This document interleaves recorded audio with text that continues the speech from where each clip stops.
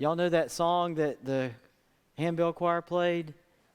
No, yeah, like I didn't sing that as a kid in my church, but it made me almost choked up, Jane, like because when we would go to Adrian to camp meeting, I would sit by my grandmother and she would sing that song, and I was like, "What is this song?" But she was singing it, So thank you for that.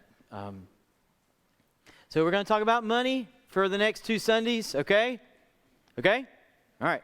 We're going to come back next week, right? Yeah. Come on. We got to do it. I don't love talking about it, but it's important. It's really important, actually.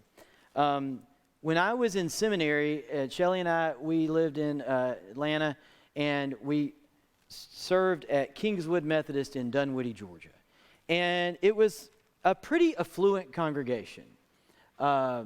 Suburbs, a lot of successful people in the church, great community, good people. But it was funny because they had money, but the church had money issues. Have y'all ever seen that? Isn't that funny how that can happen? The plenty of money, I think, people were blessed and they had done well, and most of the church had more than they needed, right? But the church had money issues. And one of the things that I became aware of, and of course I was a seminary student and I'm studying all this stuff and I'm thinking about how do you lead a church, but I just felt like there was this sense in which when the church has money issues, it feels like it's all we can talk about. And then it also felt like when people would come in the church, like a new family would come, people would see dollar signs. Now, I don't even like saying that, but do y'all know what I'm talking about? And that can creep in. I don't care who you are. And that's not just the church. If you're in business or if you have a practice of some kind, instead of seeing clients or customers, you can see dollar signs. Which, that is how you make money, right? But would you agree, like something sinister happens in our heart when the motive gets tied up with money, right? No? Am I stepping on toes already? I didn't mean, yeah. So, and it's sneaky. I love what Rob read from Sinners in the Hands of a Loving God. Yeah, just that idea of missing the point by saying, well, can a snake talk? But going, I've had serpentine thoughts in my head.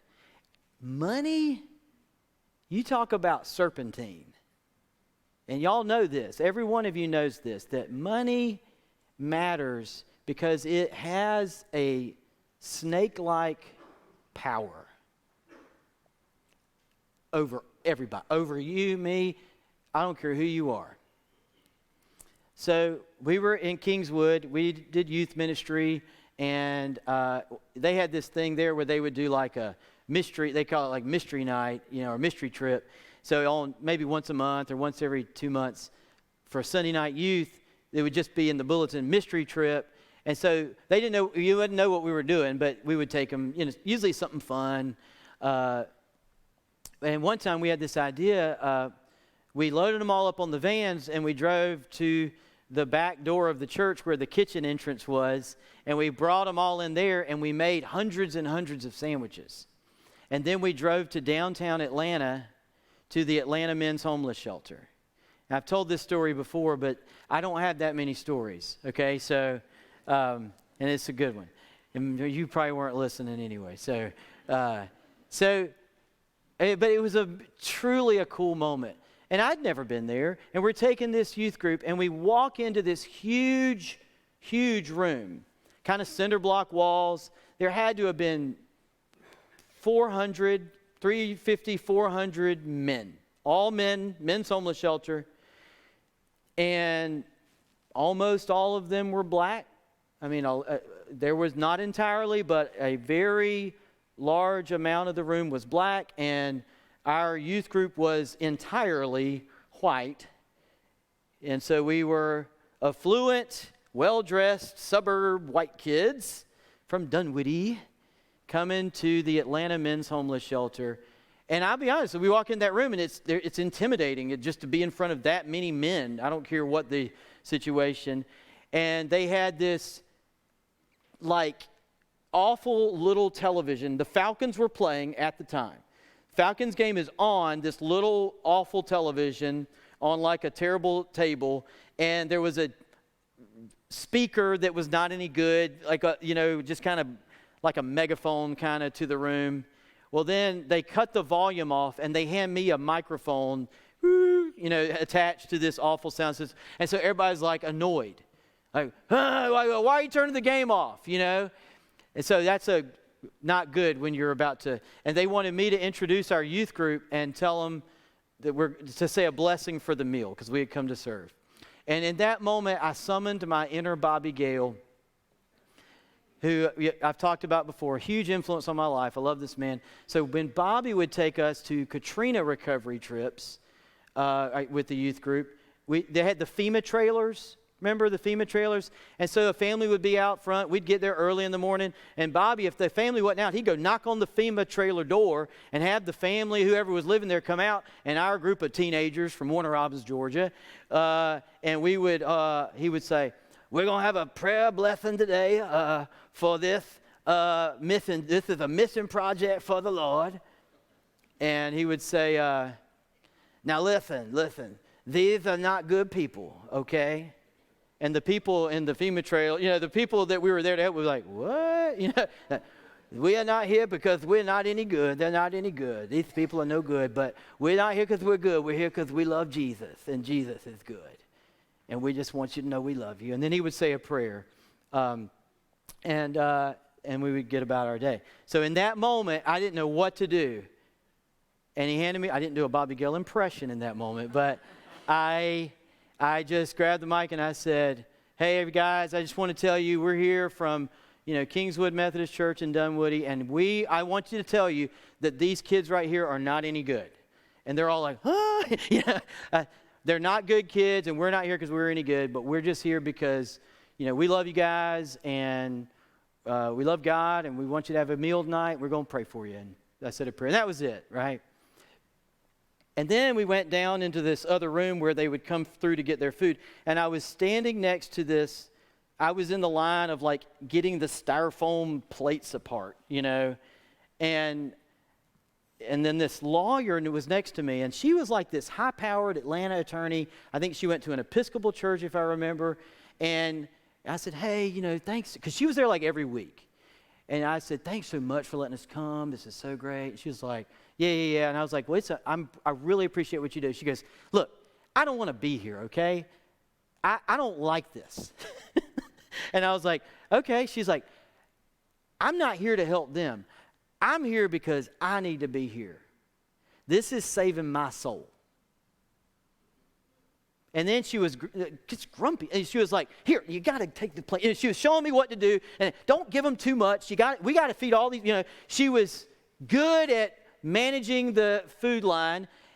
And I'll just never forget. She was like, I'm sitting here going, we're not any good, kind of tongue in cheek, trying to get a laugh. And then she's like, look, basically saying the same thing. I'm not here to do a good deed. I'm here because I'm not here to save them. I'm here to save me. Because my soul needs this. And the next day I got 2 emails from parents of the youth. One was from a mom who said, Dear Tom, I will thank you to tell me the next time you take my 12-year-old daughter to downtown Atlanta to a homeless shelter with no note. I mean, I was not a parent yet at the time. I get it now, okay? But, just like, hey, that's not safe. I don't like this. I know that. Right? I feel bad. I don't ever like making somebody mad. And then the next email I opened said, Dear Tom, I don't know whose idea this was, but I want to say thank you for taking my middle school girl to the thing last night. She witnessed one of the high school boys had a very nice jacket, and he gave his jacket to someone he saw on the street when they were going back to the van. And it was cold, right? And it was probably a $200 or $300 jacket. It was a nice jacket, right? And I'll probably get an email from his mom going, hey, what are you doing? And see, I didn't know about that. He didn't brag about it, but he saw someone in the cold, in the elements, and he gave a very nice jacket because he probably had extra, and they had none. And then a middle school girl, not a little girl, but a middle school girl saw it and came home, and that's what she said. I saw this guy give his jacket. And both moms were right, like following Jesus is not safe. And there are problems, like there are real dangers of living in poverty, and there are also dangers of living in affluence. And you go, I'm worried about my kid. What's it going to be like if they go into this neighborhood? But also, what's it going to be like for my kid if they don't go into this neighborhood? And all they do all summer is play video games and get everything they want. And it's easy for... Are you tracking with this? And there's poverty of the body, but there's also poverty of spirit. And that's why we need to talk about this today. So in Matthew chapter 6, Sermon on the Mount, Matthew chapter 6, verse 19. You ready? Matthew 6, verse 19. Here we go. Kevin and Suzanne Simpson went to the Holy Land this last week. They were here this morning, so they were right here where Jesus said this in Galilee. And then at Methodist Women tomorrow,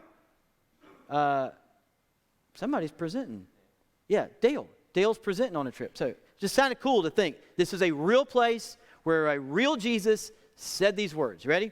Do not store up for yourselves treasures on earth, where moth and rust consume, and where thieves break in and steal. But store up for yourselves treasures in heaven, where neither moth nor rust consumes, and where thieves do not break in and steal. For where your treasure is, there your heart will be also. The eye is the lamp of the body. So if your eye is healthy, your whole body will be full of light. This is a very Jewish phrase that Jesus says here. It's a very Hebrew way of thinking. Sort of an idiom in Hebrew culture is that the eye is the lamp of the body. And this is talking about money and greed and desire. And so Jesus is a spiritual axiom that says that if your eyes are not good, your body will be full of darkness. Meaning, if our eyes are looking to the things of this world, if that's our focus, that affects who we are on the inside. But if our eyes are healthy, our whole body will be filled with light. And if then the light in you is darkness, how great is the darkness? And then verse 24, no one can serve two masters, for a slave will either hate the one and love the other, or be devoted to the one and despise the other. You cannot serve God and wealth. All right? This is the word of God for the people of God. Thanks be to God. All right. Why do we take an offering? Got to pay the bills, right? No, yeah. I was hanging out with some folks last night, some friends, and we were talking about churchy things, and one of them was a pastor at another church in town. And so we were all, and then the other couple goes to a different church, Cross Point. And so we were just kind of comparing, like, I don't know how it came up, but it's like, do y'all still pass an offering plate? And I'm like, oh yeah, we pass an offering plate. I'm like, I want them to feel that thing in their hand as it goes by. I want them to feel You know, whatever they have to feel in that moment, whether it's guilt, you know. I'm joking, right? But but they're like, we don't even pass a plate. Most people give online. We got a little box on the wall. I'm like, oh, that's and a lot of you probably don't give in the plate. You maybe give online or you have an automatic draft. It's fine. That's great. You know, it all works. It's all the same. Lord, isn't that sweet? Isn't Heath so sweet? He's so sweet. He's a sweet guy. So, but think about it. Why do we take an offering? Like, and if you're honest, I mean, I think it's easy to slip into, well, we got a budget at the church. Church needs money. Got to pay the bills. Got to pay the staff. Got to pay the preacher. You know, we got to do some missions. Got to fund these programs. And all of that is true, right? That is, you know, and by the way, you've got a really good church. You've got a really good leadership team here, our board, our finance committee. Like, they're good people. They do solid work. We've got good processes. I'm so proud of the way our finances are managed and handled at this church, and I think our priorities are in order and really good. I mean, I'm proud of that. Okay. All right. So, it's a stirring back there. Yeah. Everything okay? All right. Is it a bee or something? A wasp. Was it saved? Was the wasp saved? We're just gonna let that wasp die and go to hell? I mean, God. All right, let's have the benediction. So, I'm glad you're okay. What's going on? Mike, why are there wasps in the sanctuary?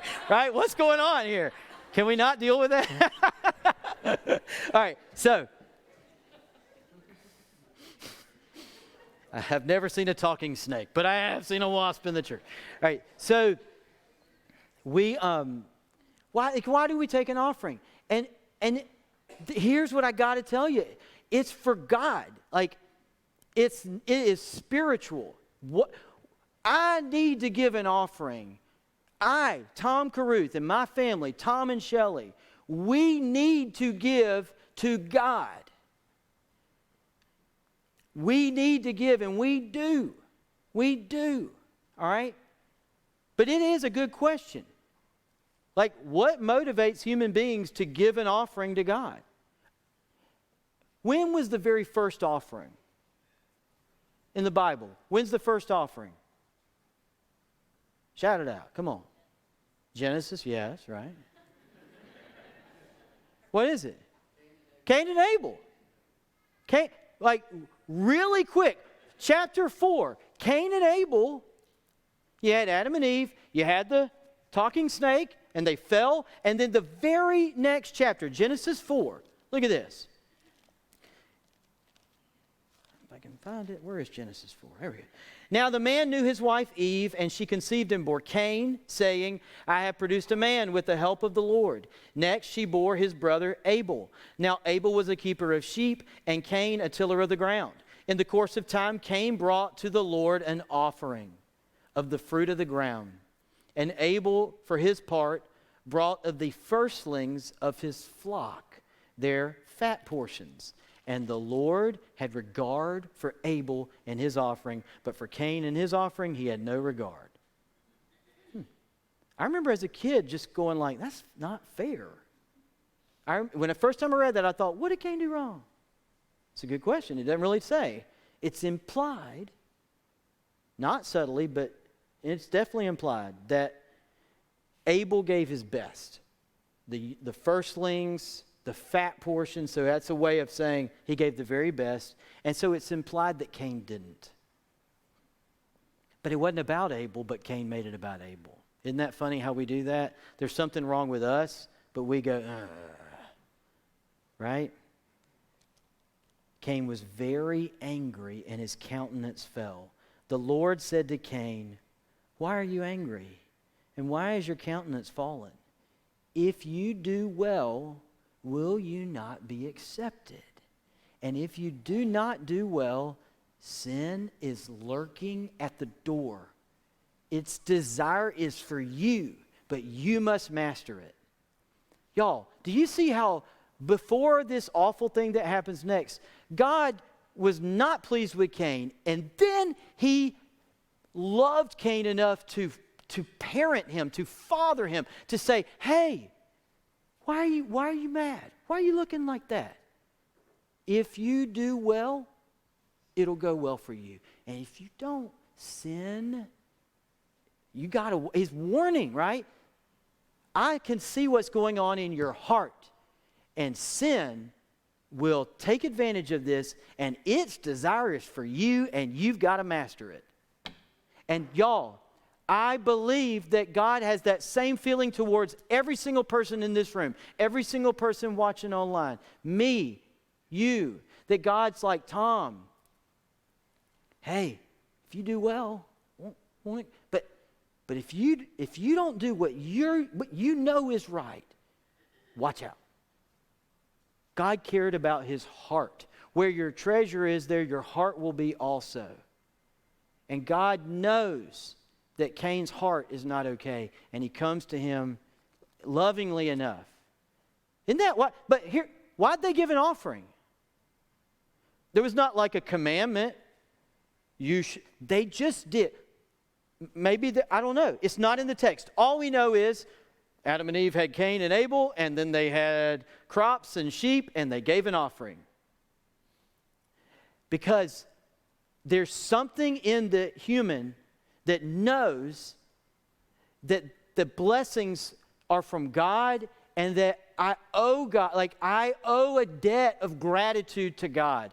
And so even at the very beginning, they brought an offering to God at the first harvest they had, at the first chance they could. Are y'all tracking with this? All right, Abraham, just a few chapters later, we're going to go through the whole Bible. Genesis 14, all right? Abram was called, there's 3 covenants with Abraham. Genesis 12, Genesis 15, and Genesis 17. They're all important. They're all slightly different. In Genesis 12, God calls a man named Abram. We don't know anything about him except that God said, come and go to where I'm going to tell you to go. And Abram's like, where? And he goes, I'll tell you. And he goes. And I'll be your God, and you'll be my people. And I'm going to give you a land, I'll show you. And then, but before the Genesis 15 covenant, Abram has to rescue his nephew Lot. And there's this battle, and they achieve victory in battle. Somehow, Abram, and fighting with some other leaders, fought some enemies, and they won. And so the impulse, right after that, Genesis 14, verse 17. After his return from the defeat of Kedorlaomer, I think, Omer, and the kings who were with him, the king of Sodom went out to meet him at the valley of Shaveh, that is the king's valley. And King Melchizedek of Salem brought out bread and wine. Now again, we don't know anything about this guy. Never been mentioned before. Never really mentioned after until the book of Hebrews. And the writer of Hebrews makes a lot out of this, okay? But some guy, King Melchizedek, I think if my Hebrew is right, Melchi means king and Zadok means priest, of Salem, which is probably going to become Jerusalem. King Melchizedek, Melchizedek, kingly priest of Salem, brought out bread and wine. You cannot make this up, can you?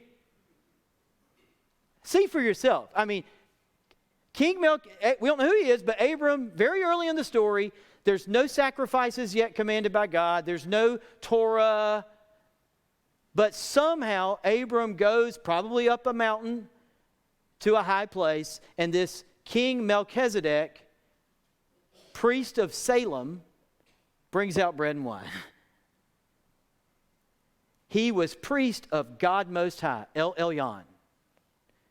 He blessed Abram and said, blessed be Abram by God Most High, maker of heaven and earth. And blessed be God Most High, who has delivered your enemies into your hand. And Abram gave him 1/10 of everything.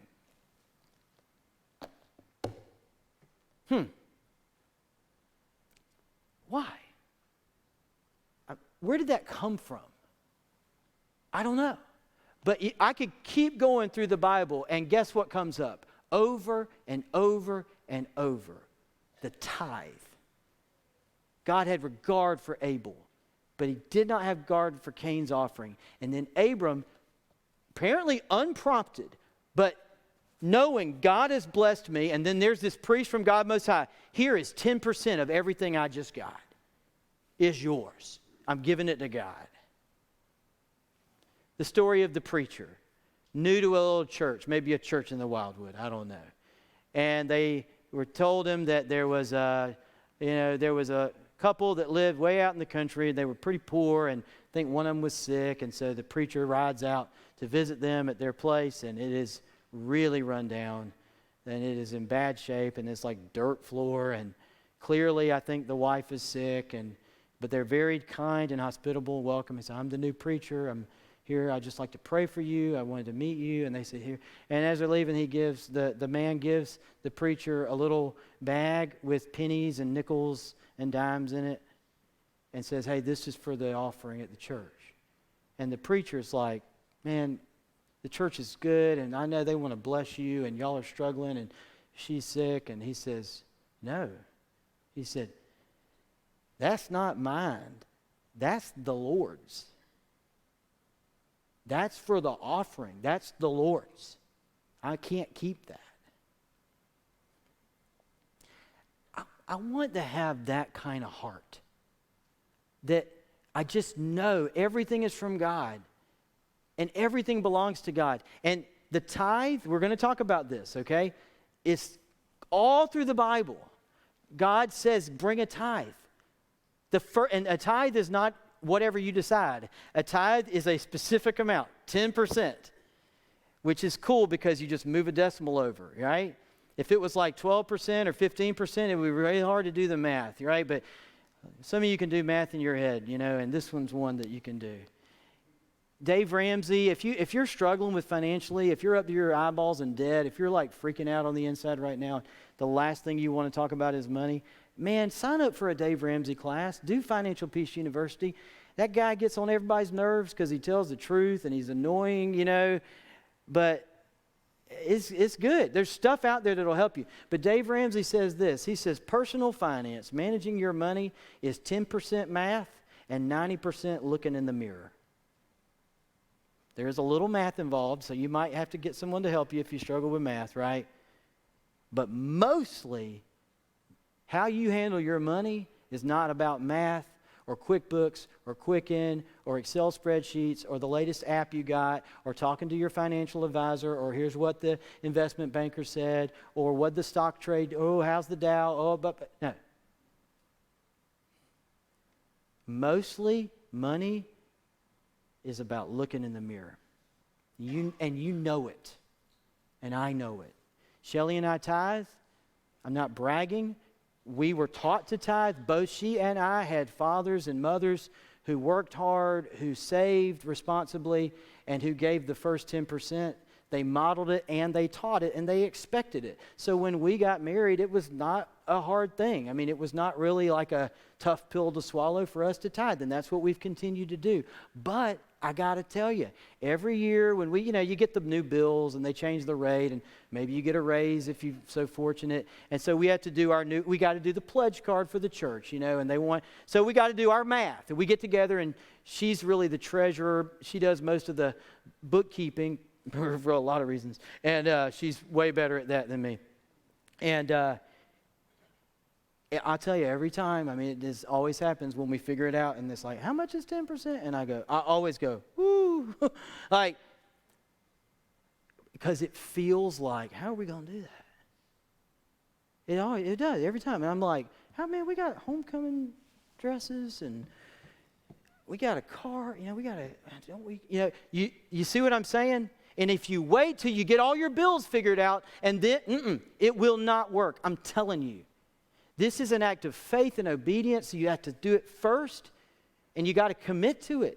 And you have to do it every month or every week or every time you are blessed by God. 10% off the top. Just do it. If you've never tithed, man, I beg you. I double dog dare you. I plead with you. Give it a try. It's not about the church needs money. It's about my heart and your heart have a tendency towards selfishness. The eye is the lamp of the body, and my eyes will tend towards fear, and I got to save a little more. I can't, or it'll go to, ooh, I want this, right? And saving's important, and spending's important, but it has got to come from a heart that says, man, it's all yours, God. It's the Lord's. It's the Lord's money. And I'm going to give 10% to Him because it's His. And then I'm going to try in faith to manage the rest and spend and give some more to somebody in need maybe, and help out my family and save for the future and maybe enjoy a Chick-fil-A, you know what I mean? But I'm going to try to do it in a way that's honoring to God, the rest of it, that God has blessed me with. Are y'all tracking with this?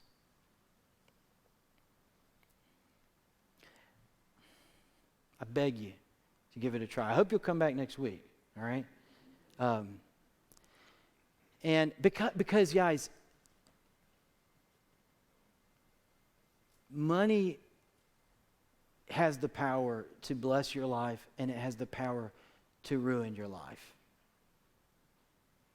I think we know that, don't we? And this is how God has invited us to be free from that grip. You can't serve. Like, how do you love God? You have to love Him by putting Him first. It's not about feelings. It's about obedience. Where your treasure is, there your heart will be also. Most of y'all probably were taught, and I thought the preachers would say, if these people's heart was in the right place, why, we know we'd have what we need at the church. But that's not what it says. It doesn't say if your hearts are in the right place, your treasure will follow. No, it says where your treasure is, there your heart will be also. Do you get what I'm saying? Your heart is gonna follow your money. Put God first, please. I'll hush with this. In Matthew 23, Jesus goes off on the Pharisees. And I'm not going to read all of it, but one thing He says is, you scribes and Pharisees, you hypocrites, you tithe your mint, your dill, and your cumin. Can y'all imagine anybody, how funny would it be if somebody brought in dill and put it in the offering plate? Wanted to bring 10% of my spices. He says, you tithe your spices, but you've neglected the weightier matters of the law, justice and mercy and peace. And then He says, you should have done the former without neglecting the latter. That's the only time Jesus says you need to tithe. And He says it in an offhand way, but He's like, yeah, you should tithe, but it needs to be for the right reason. Okay? Let's pray. Lord, thank You so much. Help our hearts, Lord. Most of us are so blessed. We're all blessed, we know, but most of us have more than we need, probably. Help us to put You first in the area of our money. In Jesus' name, amen. Let's sing. Breathe.